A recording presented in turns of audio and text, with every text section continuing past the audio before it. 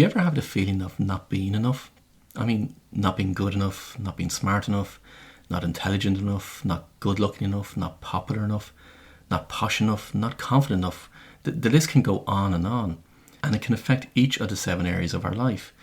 Relationships, business or career, wealth, health, mental, spiritual and social.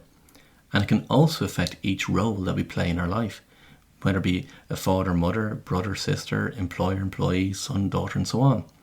And put simply, it's not being enough. Well, did you?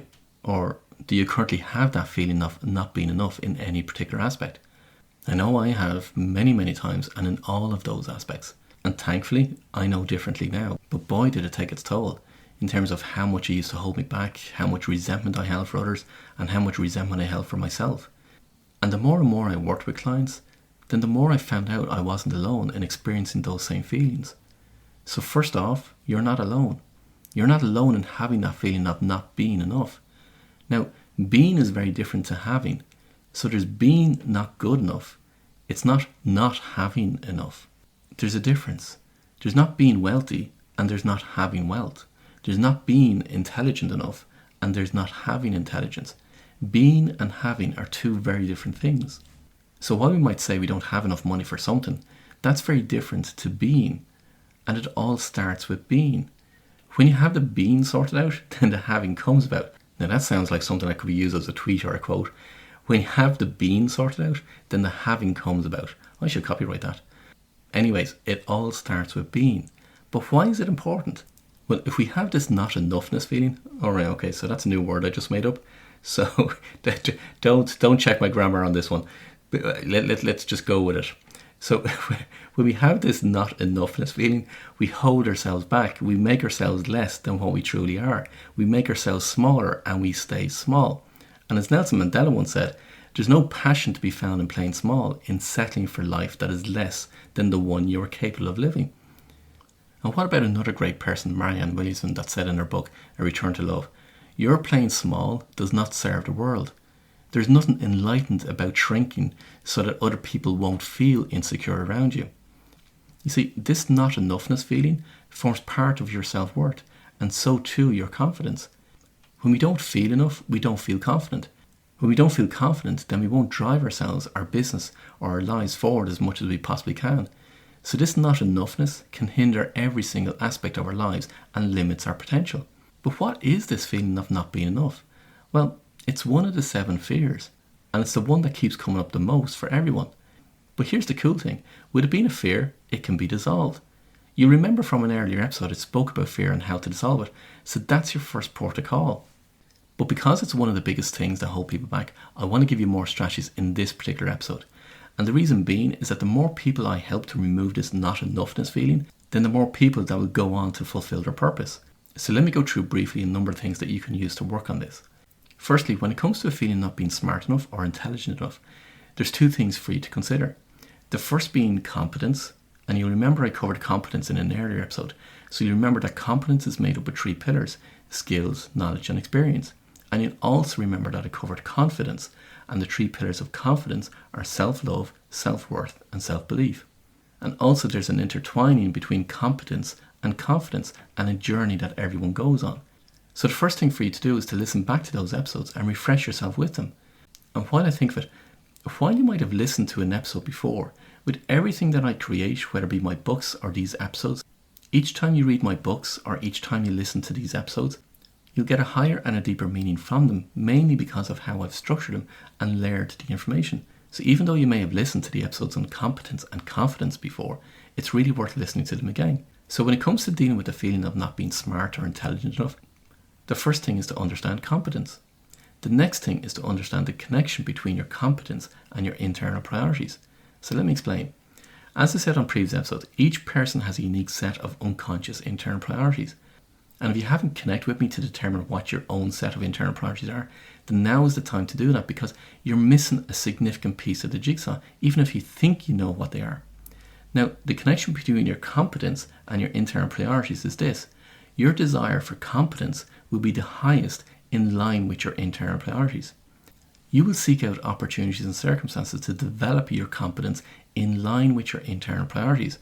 And once you're in alignment with your purpose and your internal priorities, you will seek to be a master in that area. Now, because your internal priorities are unique to you, your competence will be different to others.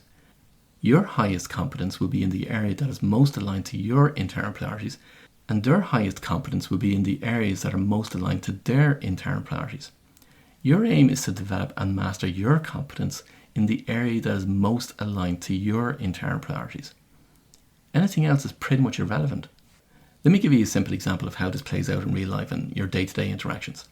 You see, for years I used to beat myself up for not knowing much about sport, whether it be rugby, soccer, golf, tennis, whatever sport it was. You see, every time I went to an event or any time I was among a group of people, the conversation would nearly always be drawn to sport. Now, in case you didn't guess, I've absolutely no interest whatsoever when it comes to sport and the different games that are played. I couldn't tell you one player from the next, let alone whether they're offside or not.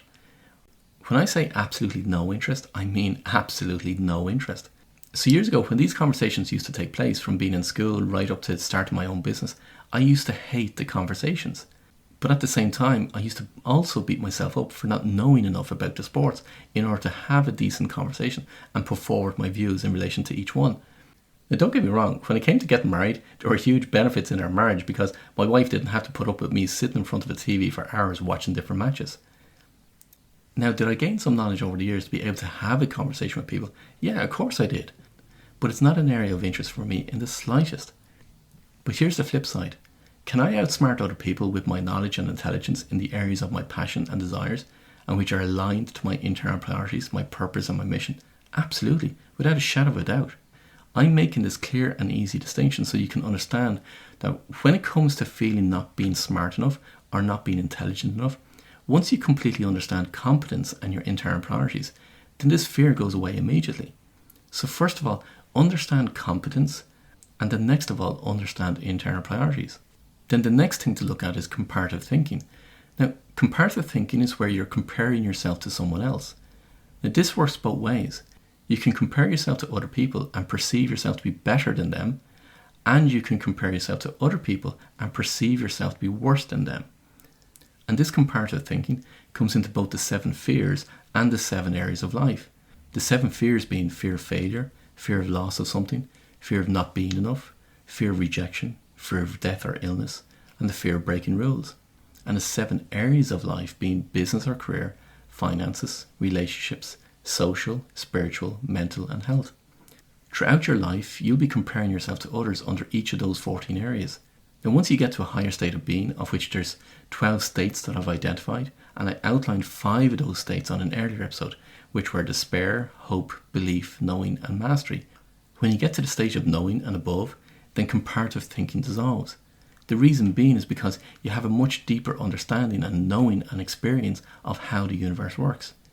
But understand this, once you put yourself into comparative thinking, you're either pushing yourself above others or you're pushing yourself below others. Once you do that, then you're out of equilibrium. So what can you do to stop it? Well, just stop it.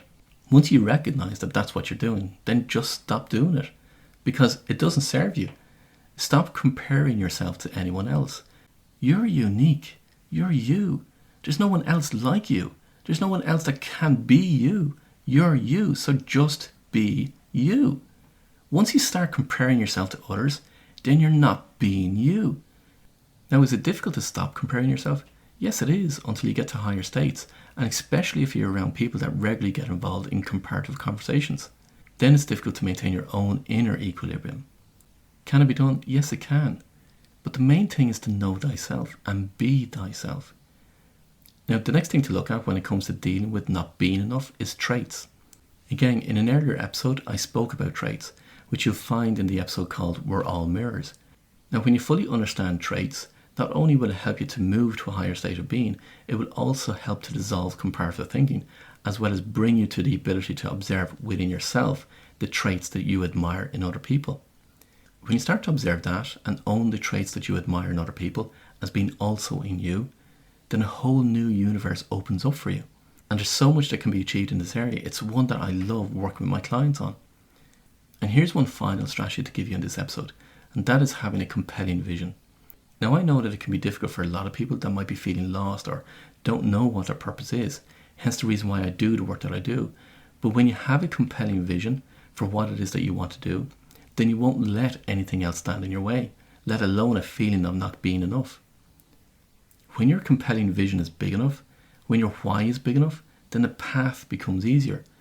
As Napoleon Hill said in his book, Think and Grow Rich, when your burning desire is big enough, then you will achieve it.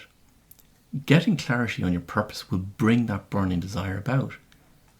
So there's a number of strategies that you can begin with to dissolve that feeling of not being enough. So let me recap them for you. Number 1, dissolve the fear using the exercise that I outlined in a previous episode. Number 2, understand competence and confidence and how the two of them are intertwined. Number 3, understand your internal priorities and how they're also intertwined.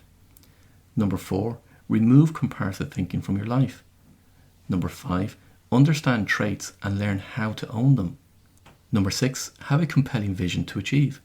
And lastly, number 7, know that you're unique and focus on being the best you. That's it. 7 strategies to help you being enough. But before I go, let me finish with a quote from Marianne Williamson from her book, A Return to Love.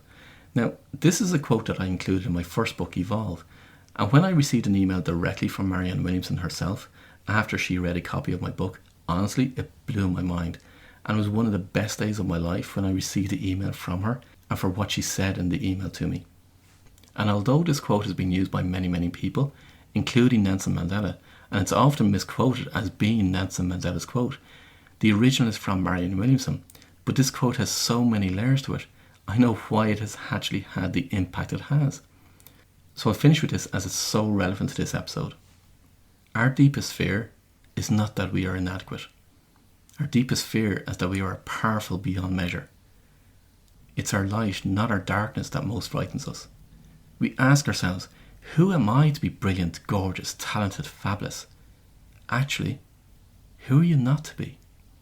You're a child of God. Your playing small does not serve the world. There is nothing enlightened about shrinking so that other people won't feel insecure around you. We're all meant to shine as children do. We were born to make manifest the glory of God that is within us. It's not just in some of us, it's in everyone.